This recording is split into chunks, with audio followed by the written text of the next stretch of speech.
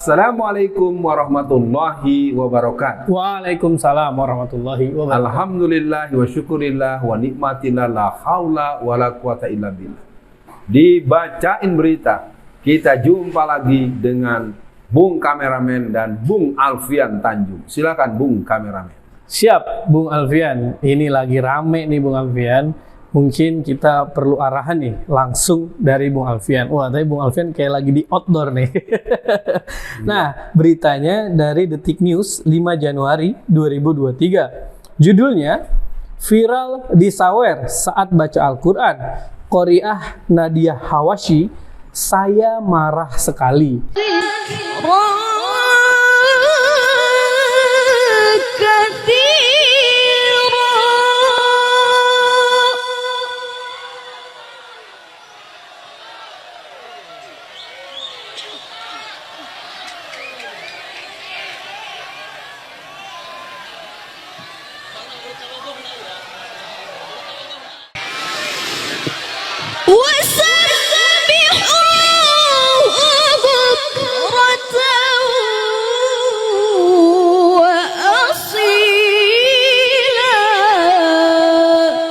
Nah, Bung Alfian, bagaimana nih respon atau pandangan awal tentang orang lagi baca Quran di Sawer, Bung Alfian? Karena di daerah-daerah ini masih banyak yang mungkin mereka belum tahu, Bung Alfian. Silakan, Bung Alfian.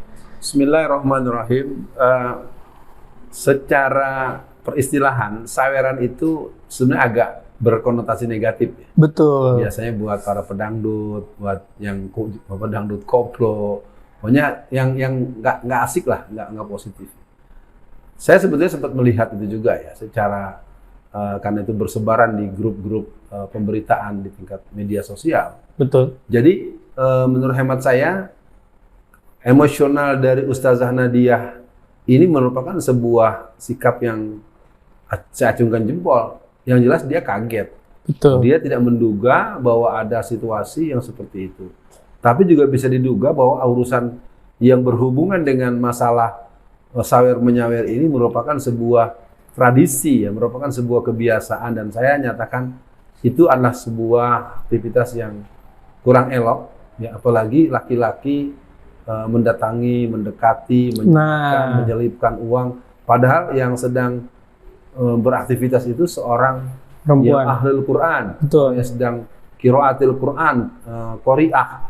Itu tetap jadi catatan, dan saya pikir ini sebuah hal yang harus dikoreksi agar para guru-guru dan para orang-orang yang suka begitu segera menghentikannya secara total. Iya, Bung Alfian, memang saya juga pernah menemani Bung Alfian ketika Bung Alfian mengisi tablik akbar di daerah Banten, Bung Alfian.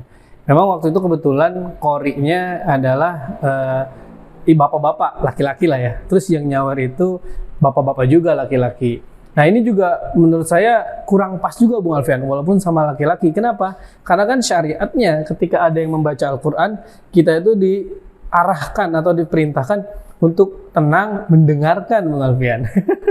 Nah, tapi mungkin, Bung Alfian, kalau yang saya lihat, jadi kalau yang waktu saya menemani Bung Alfian di Banten itu, jadi ketika qori'nya membacanya nadanya tinggi sekali, nah itu mereka merasa, wah ini perlu diapresiasi nih. Nah mungkin Bung Alfian bisa memberikan arahan, sebetulnya baiknya diapresiasinya seperti apa, Bung Alfian? Ada 2 atau 3 titik. Pertama, buat para qori atau qori'ah, hendaklah bersyukur bahwa Anda dianugerahkan Allah suara yang indah dan bisa menghafal ayat-ayat Quran dalam jumlah yang cukup banyak. Yeah. Yang kedua, pahamilah bahwa Quran itu sebagaimana Quran menyebutkan, Syahrul Ramadan allazi unzila fihil Qur'an hudal linnasi wa bayyinatin minal huda wal furqan. Nah, yang ketiga, bahwa ada ancaman dalam Al-Qur'an, jangan sampai kita termasuk orang-orang yang menjual ayat-ayat samanan qalila. Nah, itu adalah satu hal yang perlu dicatat tanda kutip, bahwa apa yang terjadi dengan bentuk saweran segala macam, karena saya juga pernah punya pengalaman, Bung Kameramen, satu waktu selesai berceramah, ya, itu sebagai sebuah kepatutan biasanya panitia memberi katakanlah sejumlah uang untuk keperluan transportasi dan segala macam. Tahu-tahu amplop saya direbut oleh qori yang baca Quran saat itu, dan sang qori lalu berteriak, "Saya belajar Quran 8 tahun, saya capek, saya harus lebih banyak daripada yang didapat oleh Pak Ustadz. Gitu. Saya bingung, jujur saja pemirsa, saya ceritakan saya sendiri bingung. Ini mungkin juga perlu dikoreksi buat para pimpinan pesantren Quran, para guru-guru, agar menjadikan perhatian bahwa urusan-urusan pembacaan Al-Quran ya harus mengarah kepada orang semakin dekat dengan Allah, semakin iman, semakin teduh, semakin mantap iman Islamnya. Ya, saya pikir itu, jadi yang lain-lainnya adalah hal yang bagus-bagus saja dan sawer-menyawer sebaiknya dilakukan dengan lebih wise, lebih bijaksana. Kalau memang ada alokasi dana yang cukup, berikanlah, tidak di hadapan orang banyak dan tidak atraktif. Begitu Bung Kamar. Iya, betul sekali Bung Alfian. Nah, itu yang Bung Alfian temukan, itu beda lagi tuh kasusnya.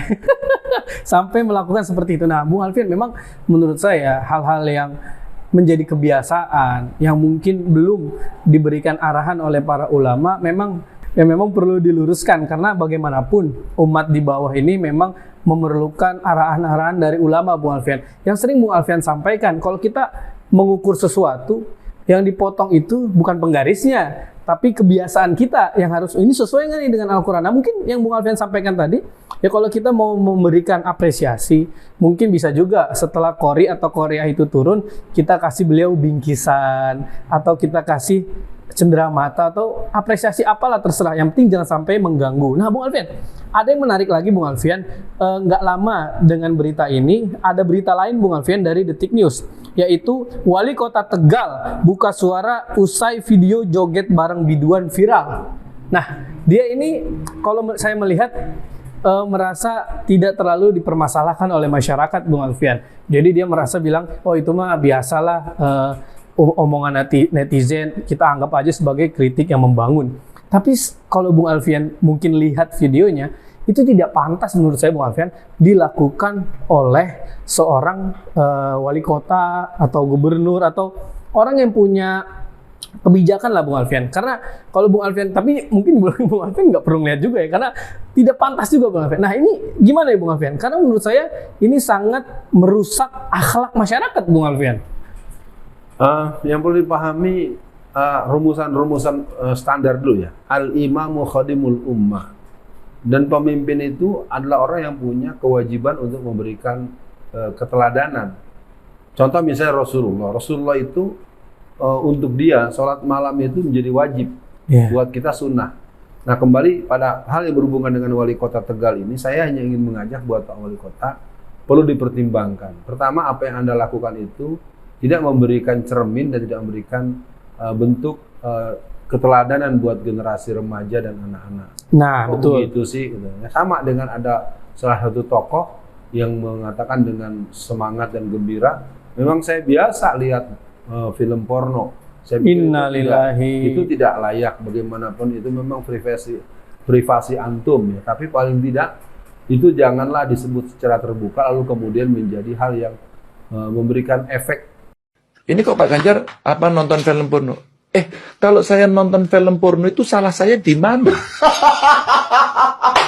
Coba, saya dewasa. Benar nggak sih?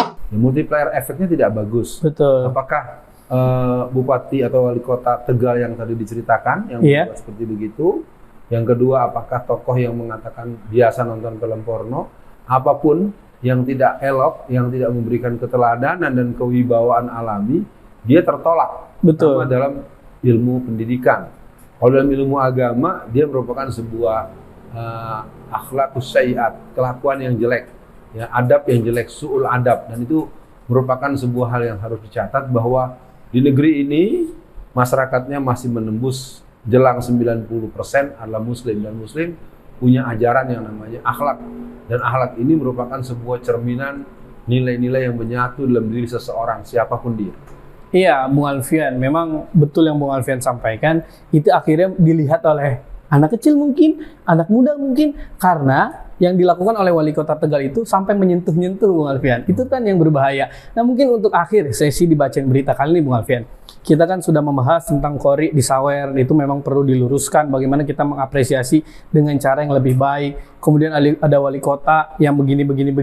Nah, mungkin untuk akhir ini Bung Alfian, revolusi akhlak menjadi suatu hal yang dikedepankan oleh Habib Rizik untuk mengatasi banyaknya masalah di negara ini. Jadi mungkin apa nih closing statement Bung Alfian agar akhlak masyarakat kita, akhlak pimpinan kita segera bisa dibenahi, Bung Alfian? Ya, yang pertama, saweran jelas berkonotasi negatif, maka hentikanlah. Yang kedua, sikap menampakkan ekspresi, apalagi berhadapan dengan lawan jenis yang sama-sama dewasa di hadapan orang banyak, sebaiknya itu dihindari, siapapun Anda dengan posisi apapun. Nah, yang berikutnya adalah bagaimana dengan revolusi akhlak. Revolusi akhlak jelas dia tidak bisa disejajarkan dengan revolusi mental. Karena revolusi mental itu sudah diketahui dalam catatan dokumen-dokumen sejarah, merupakan sebuah idiom, sebuah peristilahan yang dilansir oleh tokoh-tokoh komunis sejak tahun 50-an. Jadi artinya revolusi mental bukan punya Indonesia. Revolusi mental bukan milik orang yang berpancasila. Revolusi akhlak mungkin sebuah peristilahan yang sangat indah. Dalam bahasa kita secara nasional disebut dengan budi pekerti.